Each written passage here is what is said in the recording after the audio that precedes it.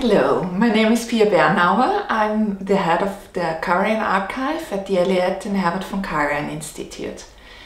I wanted to take this opportunity and introduce a new series we are presenting from the Institute. It's called Treasures of the Archive.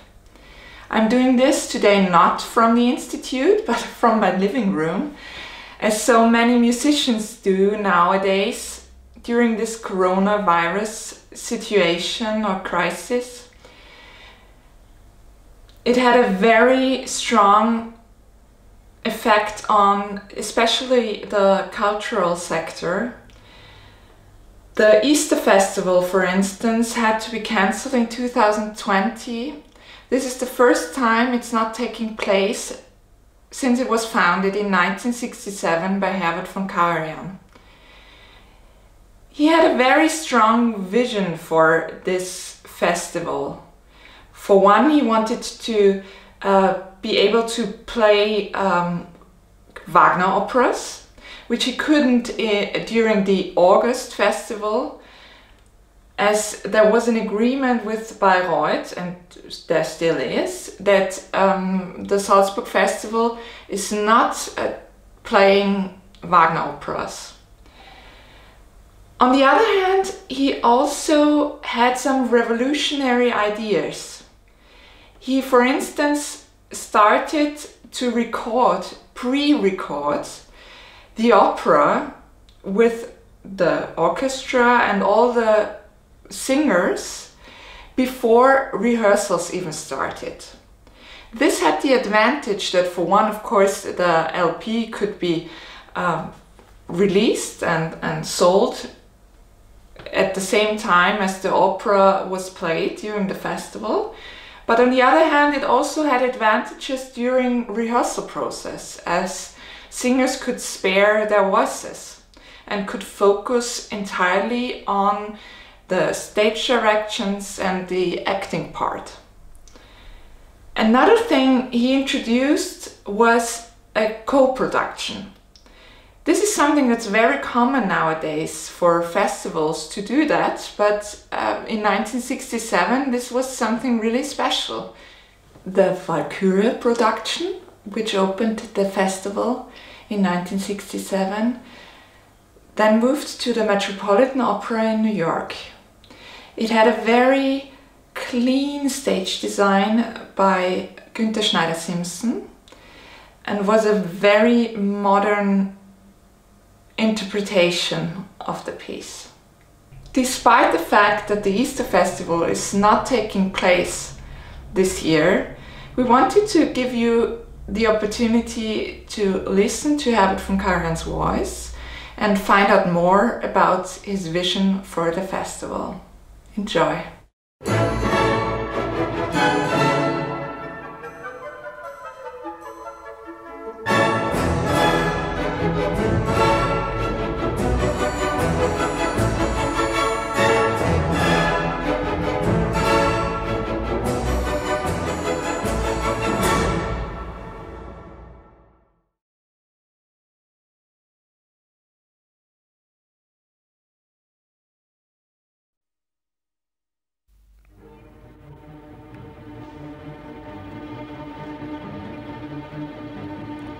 18.000 Eintrittskarten wohl verwahrt in einem Salzburger Tresor. Ihr Wert fast 1 Million Mark. Sie werden im nächsten Frühjahr zum Besuch von Veranstaltungen berechtigen, für die nie ein Plakat geworben hat und die dennoch seit Monaten ausverkauft sind. Die neuen Osterfestspiele Salzburg vom 19. bis zum 27. März 1967.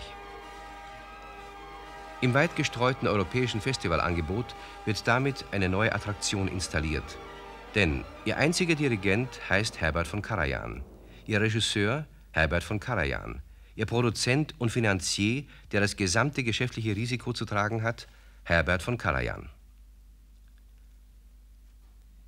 Die Berliner Philharmoniker werden spielen in einem Programm, das neben Richard Wagners Walküre als Mittelpunkt noch eine stark kontrastierende Folge von Konzerten bringen wird. Bach, Bruckner und Beethovens Missa Solemnis. Sicher kein Zufall. Aber wie geht das zusammen, Walküre und Missa Solemnis?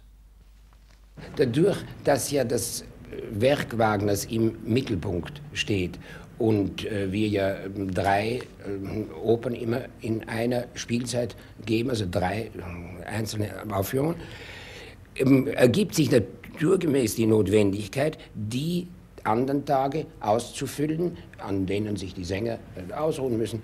Und das ist die Idee davon, da die großen Werke der Literatur, sei es Chor- oder symphonischen Literatur, hier herzugeben. Es wird der Singverein, wie Sie wissen, kommen von Wien. Und eigentlich finde ich nicht, dass das, weil die Kontrastierung besteht, dass das eigentlich nicht zusammenpasst. Schauen Sie, jedes normale Programm spielen Sie Mozart und Debussy, da könnte man auch sagen, das passt stilistisch nicht zusammen. Ich finde, das ist eigentlich ein Argument, das man von der Warte aus nicht sehen sollte, weil es ja 2 völlig verschiedene Dinge sind. Das Konzert und die Oper. Sie beabsichtigen, im Laufe der Jahre in Salzburg einen kompletten Ring des Nibelungen vorzustellen. Wann wird Ihr Ring komplett sein? Im 2. Jahr ist die Walküre und Rheingold, also die Walküre wird wiederholt, Rheingold kommt neu. Im 3. Jahr ist Siegfried mit Rheingold, dann Götterdämmerung mit Siegfried, vielleicht da schon der ganze Ring, ganz sicher im 5. Jahr. Wenn der Salzburger Ring also komplett sein wird, bleibt dann noch Zeit für geistliche Konzerte, die Bezug nehmen auf Termin und Titel der Osterfestspiele. Sicher. Es wird zwischen 2 Ringen sicher die Möglichkeit sein. Oder wenn, und das glaube ich, wird die Endlösung sein, dass wenn der Ring fertig ist, er dann jedes Jahr einmal gegeben wird und dazu noch eine Neueinstudierung einer anderen Wagner-Oper, ob das jetzt Tristan oder Tannhäuser oder Parsifal ist. Das würden alles zusammen vielleicht 7 Abende sein, nachdem 9, und man kann es ja, wenn wir sehen, dass es opportun ist, nach vorne und nach hinten beliebig ausweiten, wird sicher immer wieder Zeit bleiben, gerade für die geistlichen Werke, die mir ja besonders am Herzen liegen und die man auch hier wegen der Akustik am schönsten umsetzen kann. Das wird sicher ganz möglich sein. Beabsichtigen Sie, in Ihre Osterfestspiele im Lauf der Jahre das gesamte Werk Richard Wagners aufzunehmen? Ja, das sagte ich eben. Es würde dann der Ring bleiben und immer wieder ein anderes Werk Wagners wieder in 3 einzelnen Aufführungen neu inszeniert werden. Es wird also nur Wagner-Opern geben, nie Mozart oder Verdi an Ostern? Nein, mit Absicht nicht, denn Mozart ist ja das zentrale Anliegen der Augustfestspiele und wir wollten, und das war auch von vornherein meine Idee, in keiner Weise eine, in dem Sinn, Konkurrenzierung machen, sondern gerade, schauen Sie, es ist immer wieder gesagt worden, dass das eine Konkurrenz zu Bayreuth sein soll. Das finde ich alles ein Unsinn. Das Wesentliche daran ist, gerade im Falle Wagner, dass ein genialer Komponist imstande ist, so viele verschiedene Meinungen auszulösen, denn es wird ja immer wieder ein Weg gesucht, um zu einer besseren Interpretation, sei es von der musikalischen oder von der szenischen Seite, zu kommen. Und ich finde, das ist eigentlich der schönste Beweis dafür, dass wir es wirklich mit einem der ganz seltenen und großen Meisterwerke zu tun haben, die jederzeit immer wieder etwas Besonderes geben. Dadurch ist von einer Konkurrenzierung gar keine Rede.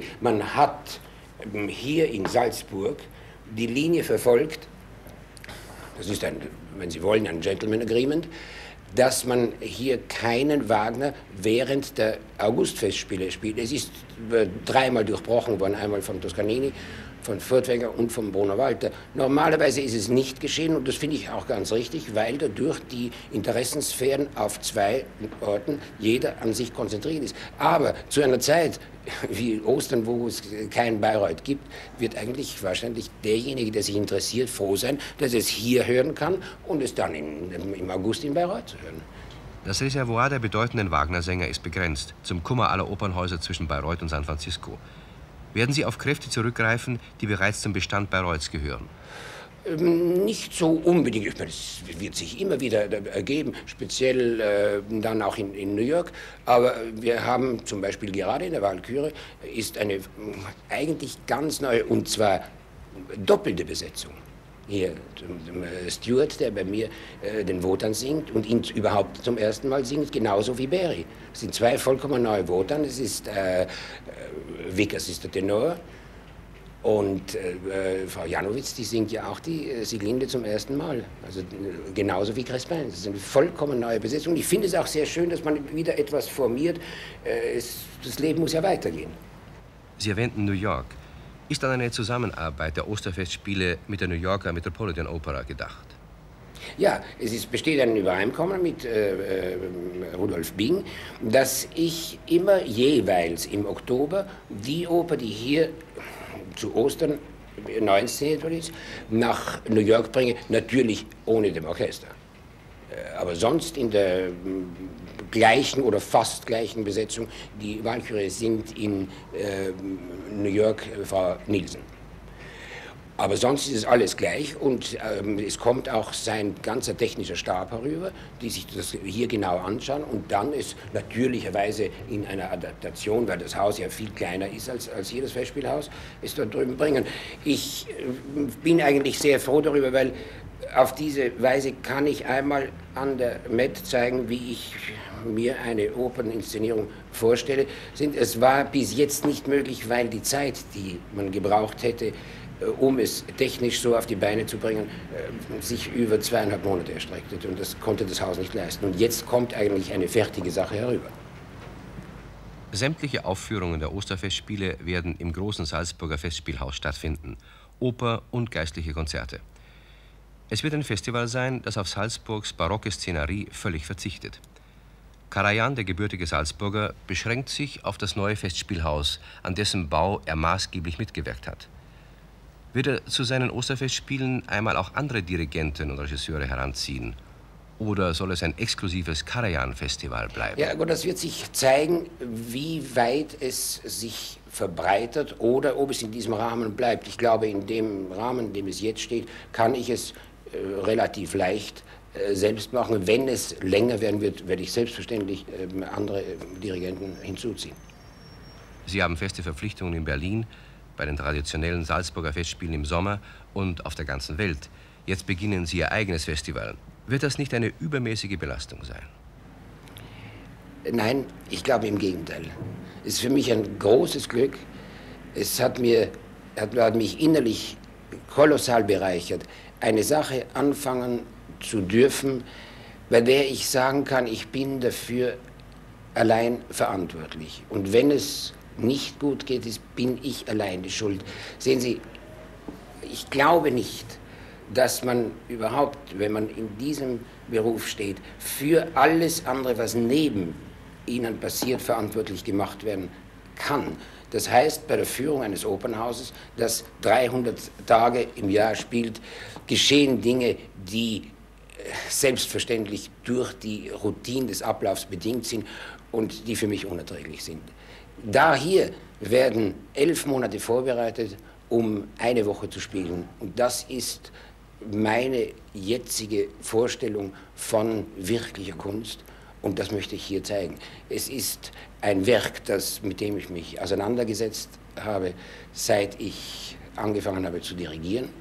Und es geschieht an einem Ort, von dem ich überzeugt bin. Sie wissen, ich bin hier geboren, ich gehöre hierher.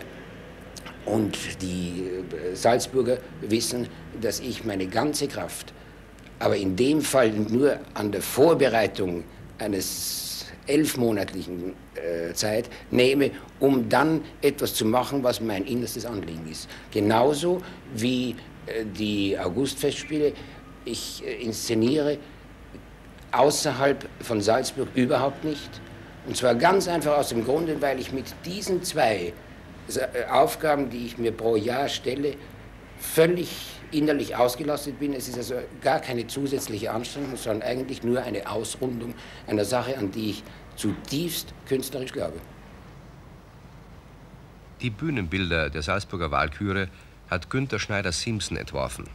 Karajan will auf der Riesenbühne des Salzburger Festspielhauses eine neue Möglichkeit entwickeln, das Werk Richard Wagners darzustellen. Das Bühnenbild, das in Zusammenarbeit mit Schneider-Simpson und mir einem ganzen Jahr entwickelt worden ist in seiner Konzeption fertig und schon in den Ateliers. Wenn ich Ihnen das erklären soll, es handelt sich da um eine doch neuartige Konzeption aus lauter beweglichen Elementen, die zusammengefasst werden können und in ihrer Gesamtstruktur zusammen mit dem Licht die Dynamik, die der Musik zugrunde liegt, in symbolische Szenen und vor allem auch dynamische Abläufe umsetzen werden. Sie haben hier den zweiten Akt. Sie sehen, es beginnt mit einem Ring, der zuerst noch zusammen ist und sich, wenn die Spaltung eigentlich im Denken zwischen Wotan und Fricka kommt, sich zerreißt. Er dreht sich dann um und kommt in einer völlig neuartigen Gestaltung in der Verwandlungsmusik zur Todesverkündigung und gibt eine völlig anders geartete Szene, die dann bis zum Zweikampf gibt. Und ich glaube, das ist in seiner Weise eine völlig neuartige Idee.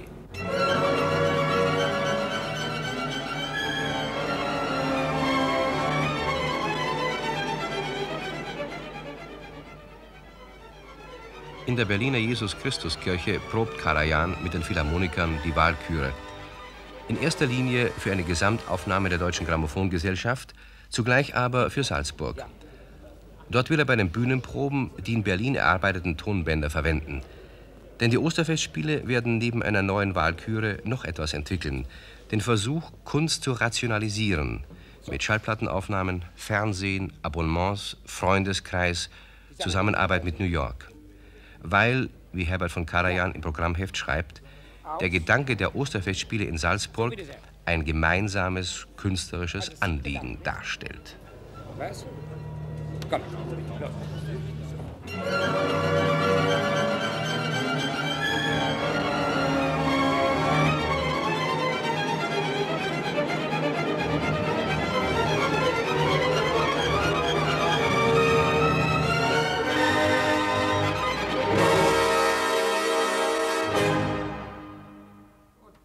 Danke vielmals.